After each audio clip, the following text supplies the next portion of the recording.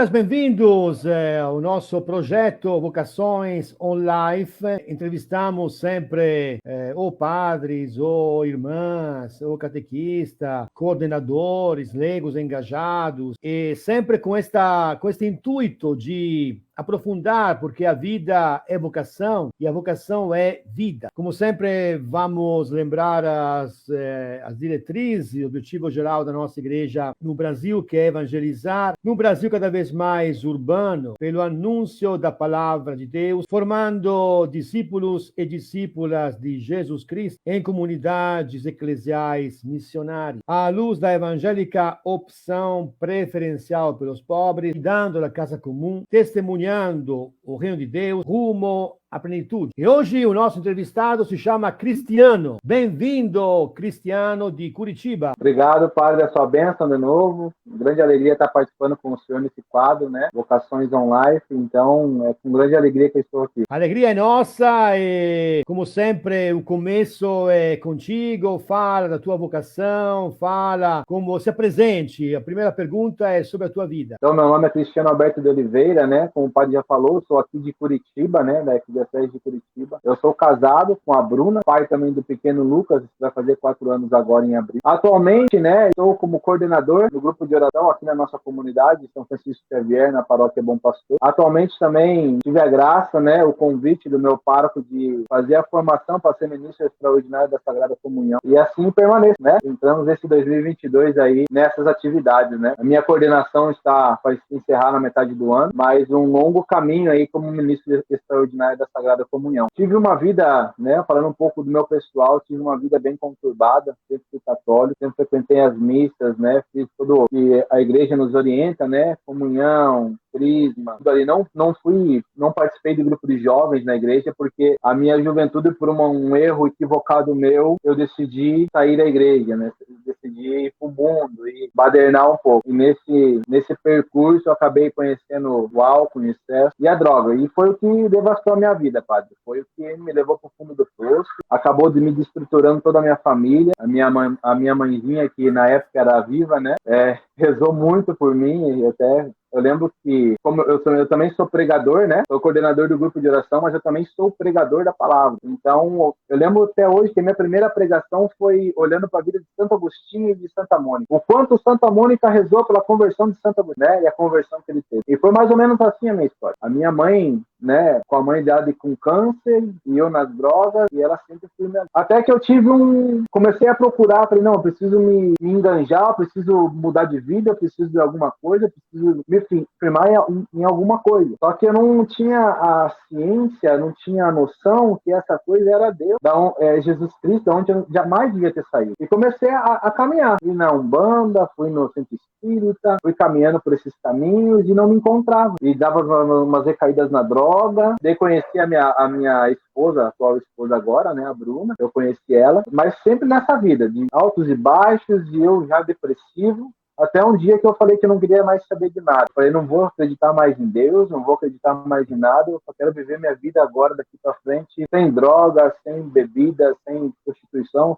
quero viver uma vida correta aos olhos de Deus, apesar de não querer acreditar nele. E nessa decisão, pai, eu tive uma experiência com Deus no meu quarto. Eu lembro que era uma noite, eu estava meio aflito durante o dia, e à noite eu fui dormir. De madrugada eu acordei com um medo terrível, absurdo, um medo que eu não conseguia explicar, sabe? E eu não conseguia, por mais que eu chegava drogado em casa, eu rezava. Uma Ave Maria, um Creio e um Pai Nosso. Tinha uma imaginha da Virgem Maria, e eu rezava, por mais que eu estava drogado em casa. Só que nesse dia eu não estava drogado, mas eu não conseguia rezar. Mas que estranho, eu não consigo rezar. Não consigo pensar em Deus, não consigo fazer nada. Estava travado com medo. E eu lembrei do nome de Jesus. E eu falei esse nome 3 vezes. Eu tenho que segurar um pouco a emoção, porque eu lembrei do nome de Jesus e eu falei 3 vezes o nome dele. Eu acho que o fundo da fé que eu tinha lá no fundo do coração, eu clamei o nome dele e eu não sei explicar, padre, mas aquele quarto se iluminou. Eu fui invadido por uma paz grande, uma sensação de conforto, de alívio. O coração começou a acelerar, a palpitar um pouco mais forte. O coração começou a esquentar meu corpo e eu caí no choro. Choro.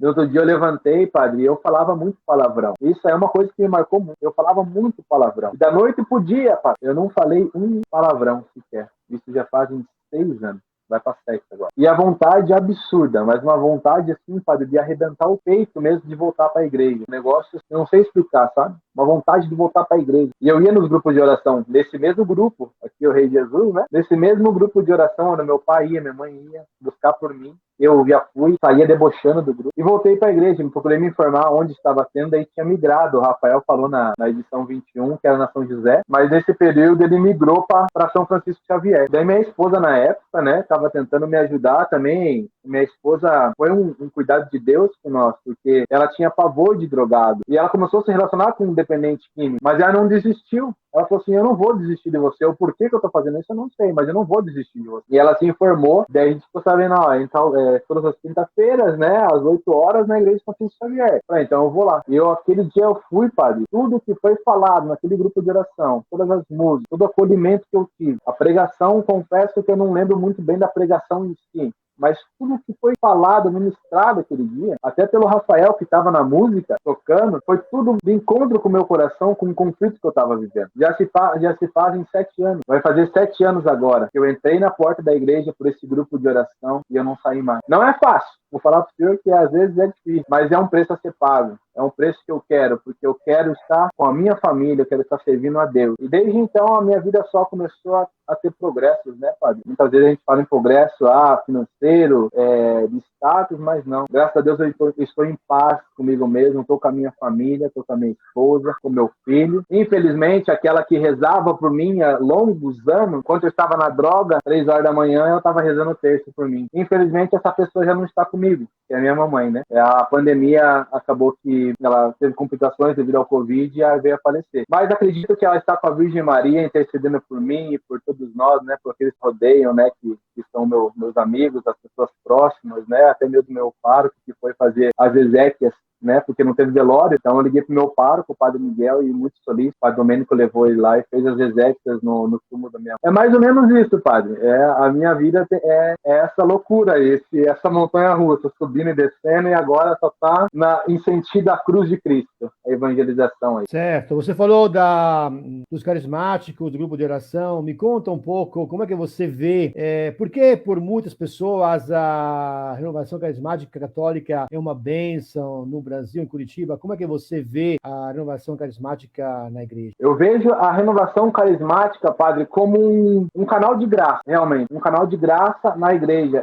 Não é... Muitas pessoas vêm falar para mim, não, mas é uma igreja diferente da católica. Você fala, não é. É a igreja católica. É um movimento da igreja. É um canal de graça. Porque, olhando para minha vida, padre, tudo que eu aprendi, tudo que me fez enraizar na igreja, e agora aqui não falo enquanto movimento, mas enquanto igreja, enquanto paróquia, né? Enquanto arquidiocese, enquanto igreja mesmo, sacramento, eu aprendi no grupo de oração. Eu aprendi com o testemunho das pessoas do grupo de oração, do Rafa, do Josemir, de pessoas que são mais antigos, entende? Então eu vejo que é um grande canal de graça, uma grande fonte de graça, né? Como o Papa Francisco fala, é um canal de graça e eu acho que é um papel muito importante na igreja, a renovação carismática. Por conta disso, por ser esse canal de graça, né? Tem muitas pessoas, muitos testemunhos afora aí de pessoas que voltaram para a igreja através de um grupo de oração, ou pessoas que largaram outras religiões para entrar na igreja de novo, pessoas que abandonaram vícios para estar na igreja de novo, pessoas que construíram casamentos, reconstruíram casamentos, pessoas que se perdoaram. O meu pai biológico, ele abandonou minha mãe na maternidade. E eu perdoei meu pai. Eu consegui, essa foi uma graça de Deus. O ano retrasado eu consegui conceder o perdão pro meu pai. Porque não estava fazendo mal para mim, mas fazia mal para ele, que está em outro país. Então é isso que eu realmente é um canal de graça, é uma corrente de graça, né? A palavra correta no meu coração de falar é isso, é um canal de graça para toda a igreja. Inclusive, você falou da igreja, você falou que também você é ministro da Eucaristia, e você sabe que tem pessoas que, eu vi pessoas que não aceitaram o convite de ser ministro da Eucaristia, não sei, por muitos motivos. O que te levou a ser ministro da Eucaristia? O que te levou a dizer sim ao pároco, a Deus, à paróquia? Como é que você vê a tua missão de ser ministro da Eucaristia? O meu desejo, eu sempre tive um desejo, padre. Eu via os ministros nos altares, né, com os jalecos, né, com as vestes ali, eu sempre me encantei muito com isso, né. Eu acho que isso é muito do testemunho que a gente vê. E os testemunhos que eu vi na minha comunidade foi de grande zelo pelo corpo de Cristo. Mas começou a brotar esse desejo, mas bem distante, lá no fundo do meu coração. E daí, numa adoração aqui na nossa capela, graças a Deus, a gente tem uma adoração eucarística todas as sextas-feiras, das 7 às 11. E numa dessas adorações, no final já da noite, né, para se recolher o Santíssimo, né, eu estava lá, tanto é que o rapaz que estava pose e tirando o Santíssimo é o Darcy, é meu padrinho de MESC, né, eu vi ele foi lá para trás, colocou o jaleco dele para tirar, né, o Santíssimo, fazer toda a oração ali, eu vi, abrasou meu coração, para que eu senti um forte desejo, sabe, de ser ministro. Mas eu fiquei quieto, fiquei no meu coração e aquele desejo ardente no coração, sabe? Daí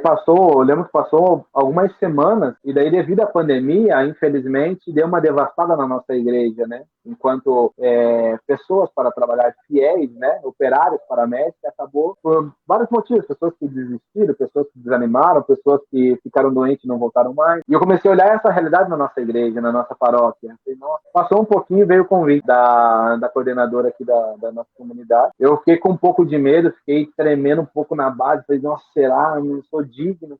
Daí meu pároco ligou, falou, eu fiquei muito contente, né, que você foi escolhido para ser mestre e tal, e conversamos um pouco, daí eu falei, não, eu acho que a hora é essa, olhando a necessidade da igreja agora, e esse desejo no meu coração. E eu acho que no período que a gente está vivendo, padre, eu acho que é necessário levar a comunhão para os enfermos, que é o ponto máximo do ministro, levar a comunhão para os enfermos, para aqueles acamados que não podem, não têm a graça não têm o acesso para ir à igreja, né? Por vários motivos, por enfermidade, e a gente lá, né, enquanto representante da igreja, né, que hoje levar o corpo, sangue e alma, a divindade do nosso Senhor, que é fonte de cura para esses enfermos. Muito bom, Cristiano. Você sabe que a nossa entrevista é sempre 15, 20 minutos, é sempre nós, como síntese final, nós deixamos a palavra para o entrevistado, para deixar uma mensagem de esperança, de vida missionária. Se você pudesse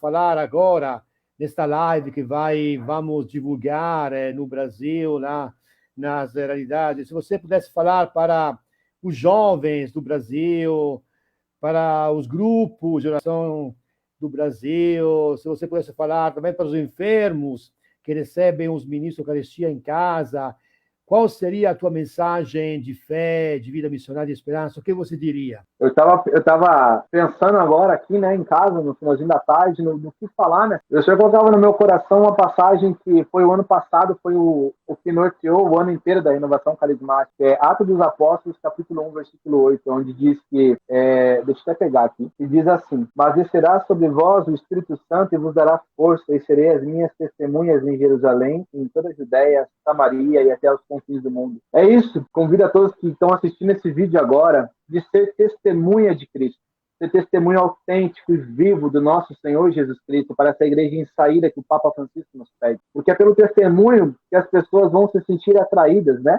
O Evangelho vai falar que pessoas olhavam os discípulos e olhavam, olha como eles se amam, e iam atrás. É o testemunho que move, é o testemunho do amor, da fraternidade, da comunhão, com zelo com a casa de Deus. Eu acho que o testemunho é muito válido. E não perder a esperança, porque a gente porta Jesus Cristo. Jesus Cristo está em nós, então a gente tem que fazer de tudo para testemunhar essa graça, de sermos templos vivos do Espírito Santo, seja onde for, seja no movimento da renovação carismática, seja na pastoral, seja no grupo de jovens, seja na pastoral da juventude, seja na pastoral dos enfermos, da ministra da Eucaristia, a liturgia da paróquia, aonde for, na igreja do nosso Senhor Jesus Cristo, onde ele é a cabeça e nós somos os membros. Amém? Obrigado, Cristiano. Olha, você que assiste esta live, você escutou, Cristiano disse para sermos testemunhas autênticas de Jesus Cristo numa igreja em saída. E como sempre, nós concluamos a nossa entrevista com a oração que eu sempre rezo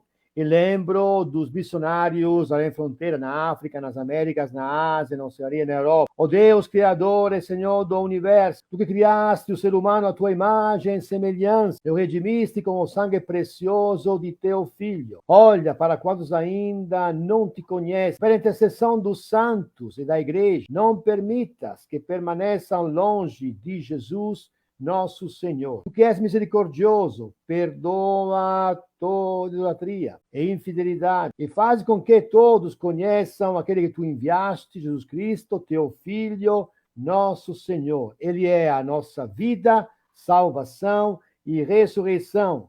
Por ele fomos libertados e redimidos. A ele a glória pelos séculos dos séculos. Assim seja. Amém. Em nome do Pai, e do Filho, e do Espírito Santo. Amém. Cristiano, grande abraço. Muito bom. Obrigado, Olá, Padre. Obrigado. que bom que você chegou até o fim desse vídeo.